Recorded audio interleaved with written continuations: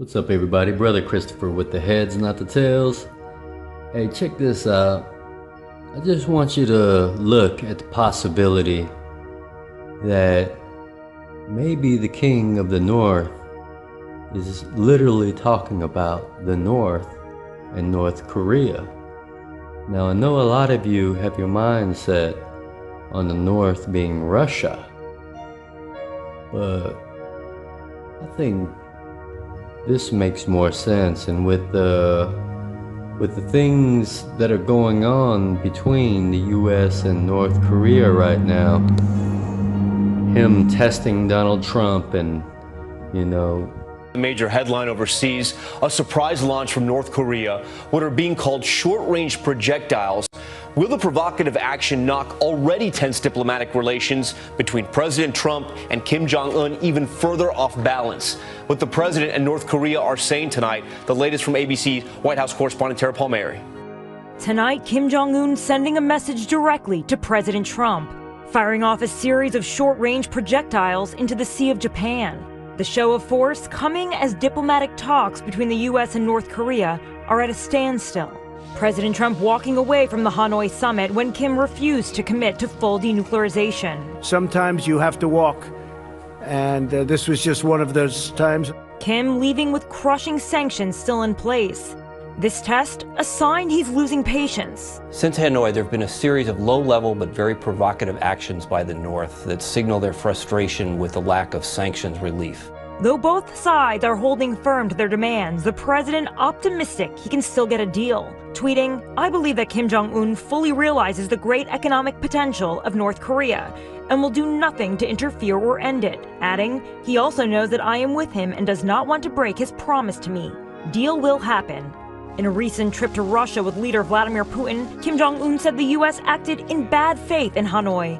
But this latest move may be an effort to restart talks. He's trying to ramp up the pressure to bring Trump back to the negotiating table.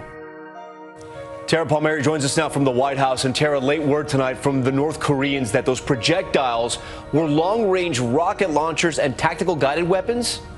That's right, Tom. What's key is that these are not intercontinental ballistic missiles, meaning they can't carry nuclear weapons and they can't travel long distances.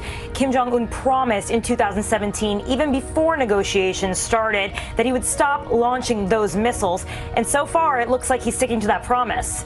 Tom? Tara Palmieri for us. Tara, thank you. And this programming note, the latest on the U.S. response to North Korea, when Jonathan Karl goes one-on-one with U.S. Secretary of State Mike Pompeo tomorrow morning on This Week. and I just want to make this video to show you guys the parallel. Secretary of State Mike Pompeo joined Fox News Sunday this morning to confirm the Hermit Kingdom launched several short-range test missiles yesterday, but rather than condemn those tests, which sources tell Fox News likely violate the terms of an existing moratorium between the U.S. and North Korea, Pompeo said this. We have high confidence that they were not intermediate range missiles, that they were not long-range missiles or intercontinental missiles. We are continuing to evaluate that data set, but we want to put it in the larger context. We still have every intention of negotiating a good resolution with North Korea to get them to denuclearize. We've known it would be a long path. We've known it wouldn't be straightforward. President Trump and dictator Kim Jong-un last met nearly 3 months ago in Vietnam, where negotiations fell apart after just 2 days. Pompeo says he doesn't hold that against dictator Kim either. I have extended our negotiating hand to the North Koreans since Hanoi. We've heard back from them. I extend my hand to continue those negotiations. We want to continue to work towards a peaceful resolution. Since then, the North Korean government has repeatedly called for the Trump administration to lift economic sanctions. So far, they've refused, but President Trump has repeatedly lent the North Korean dictator his support publicly. In response to yesterday's missile tests, he tweeted, "Anything in this very interesting world is possible, but I believe that Kim Jong-un fully realizes the great economic potential of North Korea and will do nothing to interfere or end it. He also knows that I'm with him and doesn't want to break his promise to me." Pompeo said this morning that deals always seem impossible until they're finalized, and that he's focused on his mission, which is to get a deal despite obstacles along the way. But national security sources are ringing alarm bells, and they tell Fox News the administration's failure so far to hold North Korea accountable for its continued nuclear activity. So check this out. God bless each and every one of you in Jesus' precious name. Hallelujah.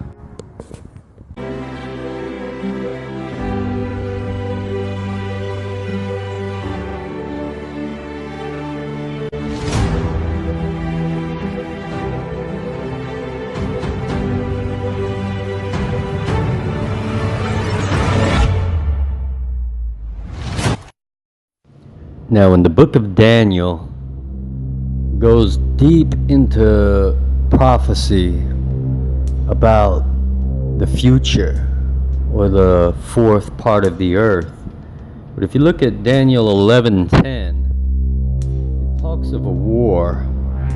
And these are just a couple of clips that I found online. You know, Kim and Putin had a summit of their own. In the meanwhile, Jared Kushner just made this Middle East peace deal, which Daniel also says will be broken in the middle of the week.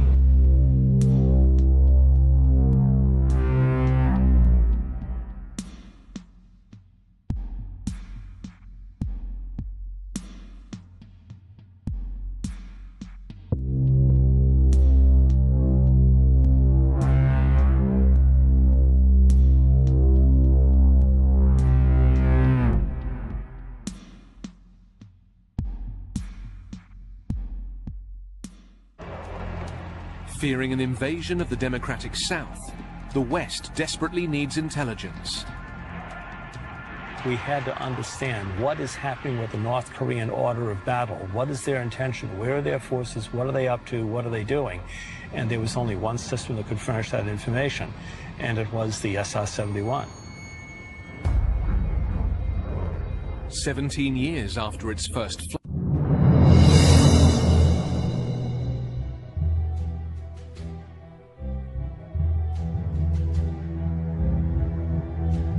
The Korean peninsula remains on high alert tonight as the region weighs up the implications of Kim Jong-il's death. North Korea has named his inexperienced son, Kim Jong-un, as the Hermit Kingdom's great successor. But there are concerns the change of leadership could lead to political instability and spark conflict with the South. This report from Stephen McDonnell, who's in the South Korean capital.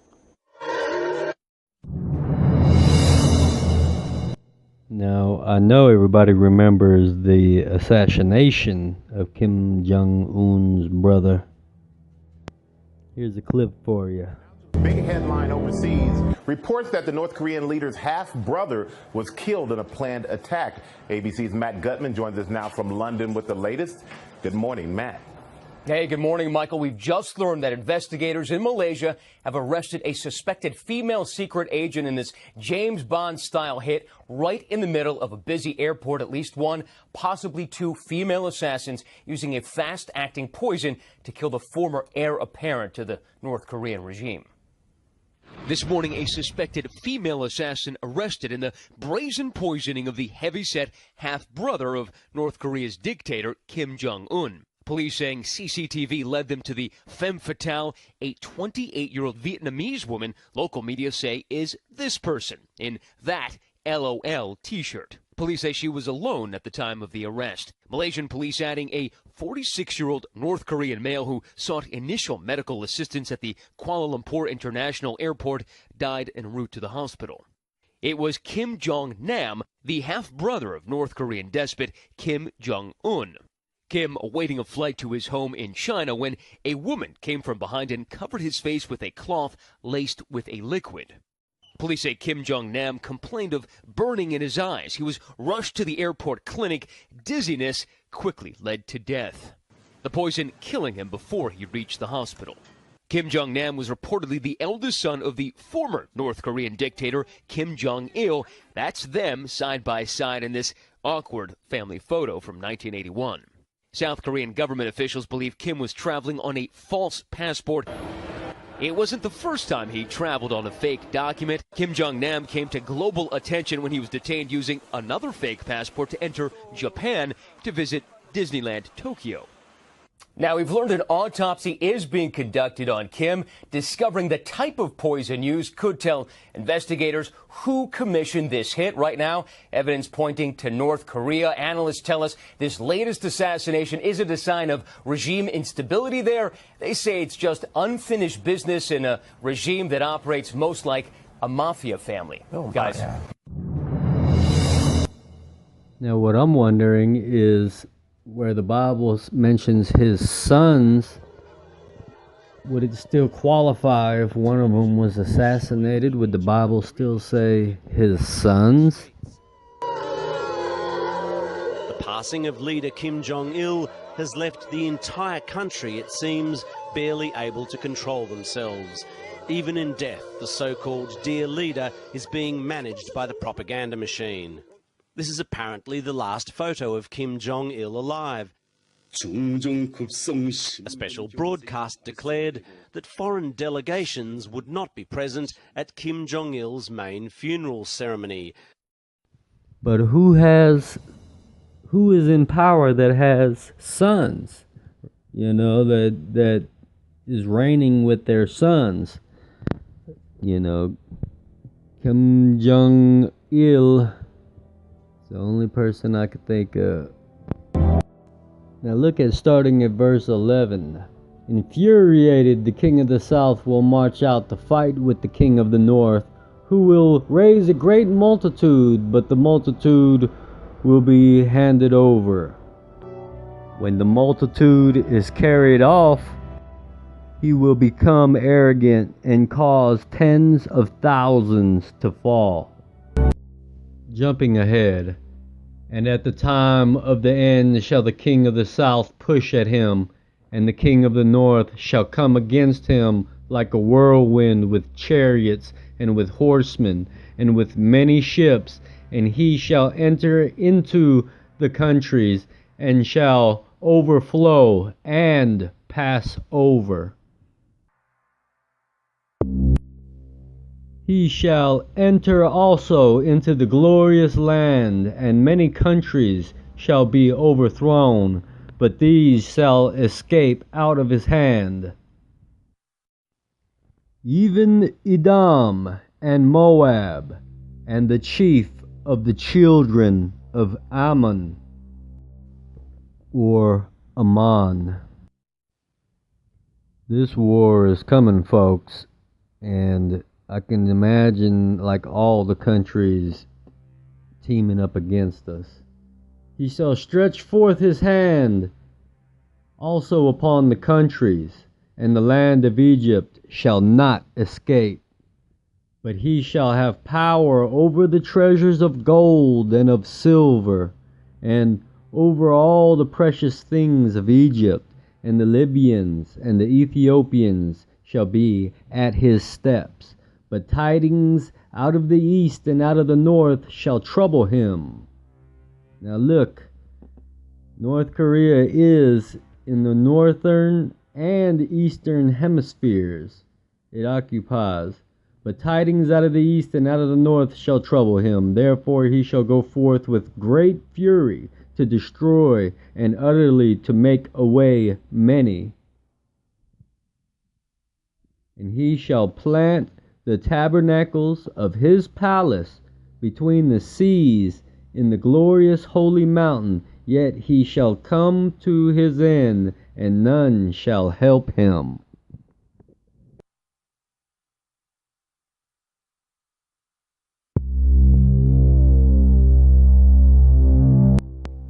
And at that time shall Michael stand up with the great prince which standeth for the children of thy people, and there shall be a time of trouble, such as never was since there was a nation, even to that same time. And at that time thy people shall be delivered, every one that shall be found written in the book. And many of them that sleep in the dust of the earth shall awake, some to everlasting life, and some to shame and everlasting contempt. And they that be wise shall shine as the brightness of the firmament, and they that turn many to righteousness as the stars forever and ever. Hallelujah. But thou, O Daniel, shut up the words and seal the book, even to the time of the end. Many shall run to and fro, and knowledge shall be increased. And that's exactly what's going on now, folks. Knowledge is increasing in the land, but, you know, this is just a theory of mine. I know there's probably many people that can come on and argue and say, you know, it's not what I'm saying it is, but it's just a theory. You know, I think North Korea is actually the king of the North, or we could be the king of the North, or Donald Trump could be the king of the North. But you know what I mean? Now we know how it goes. Just putting this one out there, show you guys some of the parallels that I'm seeing, especially the time that we're in when they talk about peace and safety. North Korea is one of the heads of the beast with the 7 heads, I believe. Gotta be.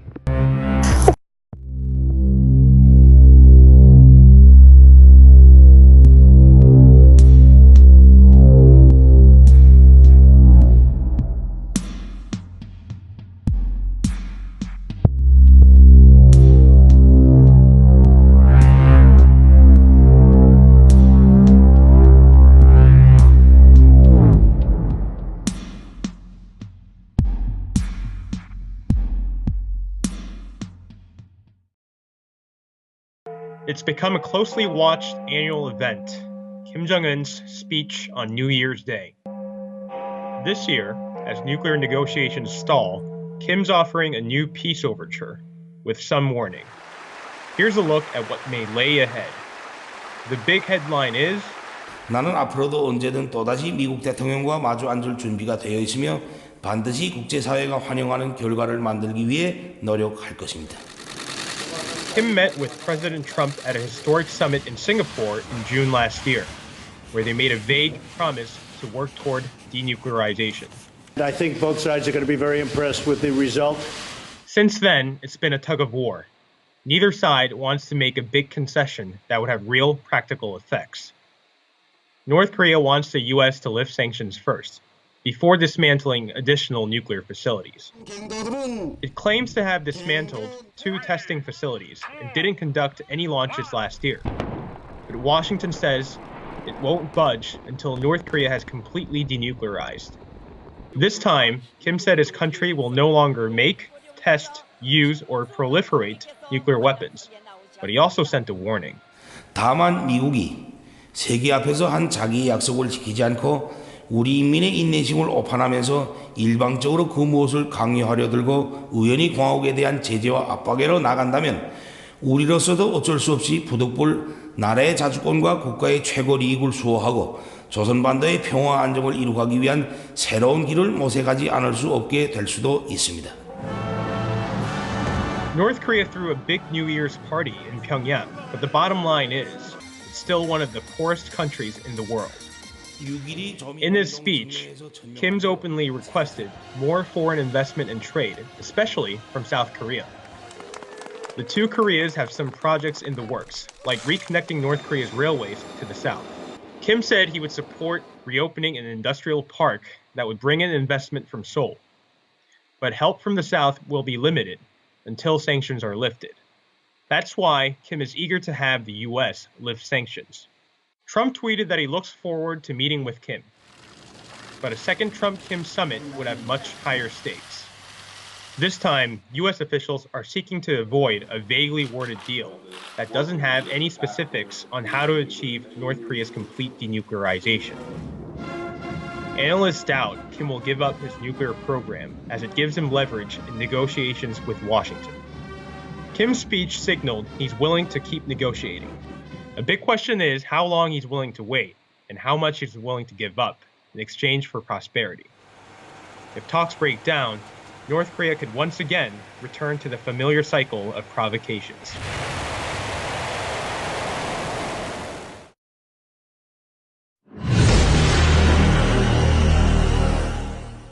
What's up, everybody? Welcome back to the Heads, Not the Tails. I'm Brother Christopher. Hey, last night I had a dream, and I have to tell you now before I forget. I don't really remember how it started off or anything, but here's what I remember. I remember clearly that I was around a group of people, and I heard the words, 8 bombs just went off. And one of the people that was in the group I was with, everybody was looking at their social media on their phones and stuff. Like, 8 bombs just went off in these areas. And one of the people I remember said, well, it ain't here yet. And I remember thinking, yeah, it ain't here yet, but it's coming our way. And I woke up. I woke up and was woken up out of my sleep, actually, and stuff, so that's all I can really remember and stuff. I was standing around a group of people, and we were hearing talks of bombs going off different places around the United States. So just keep your heads up. I don't know. Could be a 4th of July thing, you know. I'm not sure, but I remember 8 bombs just went off, and then someone said they haven't hit here yet, and I thought to myself, yet. And that's all I can remember out of this dream, but I'm going to post this anyway. God bless each and every one of you out there. We're heading into the end times, and we really need to keep our faith in the Lord and repent of our sins, everybody.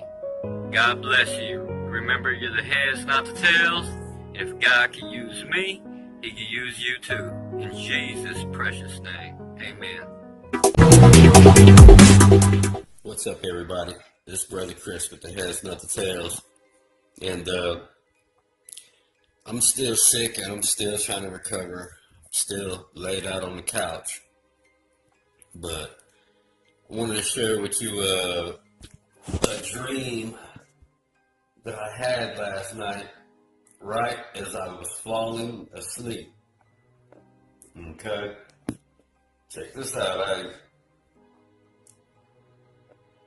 I was in front of these houses that very much look like the old neighborhood that I grew up in on Beale Air Force Base in California. This neighborhood looked like military housing or like projects. And I felt like I was a Korean man. And I felt like all the guys that was around me was Korean. Crazy, right? So check this out. I'm standing out there in front of these houses with all these Korean dudes, and it looked like we were all in some type of labor camp apparel, or even like you know those old kung fu movies where the Chinese dudes wore the little outfits? Kind of looked like those outfits. And as I was standing there with them, we were all standing around talking, and then all of a sudden, these Jeeps rolled up on us. They rolled up on the scene. And there were these soldiers that were standing up in the Jeeps, and one of them started pointing at me. He looked like Kim Jong-il. You look like Kim Jong-un, whatever the son's name is. They started pointing at me as if I didn't belong there. And then they started jumping out of their jeeps and chasing after me. Now here's what's really, really crazy. I started running from them, right? For some reason, I already knew where I needed to run. There's this escape route that's been, I don't know if I've been dreaming of it lately. Subconsciously, somehow there's this escape route that I already know about. And this escape route lies behind this house. And once I started running, I dipped behind the houses and started running up the back of this long brick style house, like a project house. And as I was running through the backyard, through the grass, I come across to a street. Once I run get to the street and run across the street, there's like a beaten path in the weeds right where I cross the street at, and it goes into a big old open field. And that's where I dipped out into and I escaped. And then it's crazy because I escaped that same route in another dream. And I think this dream is more of like a recurring dream because it's this neighborhood that reminds me of where I used to live. But the theme changed. There's a bunch of Korean guys, is how I could describe it the best. And I never really had dreams of Trump, or, you see people that have dreams of Obama. See all these people that have these different dreams about political figures, and I don't really have dreams about political figures like that. But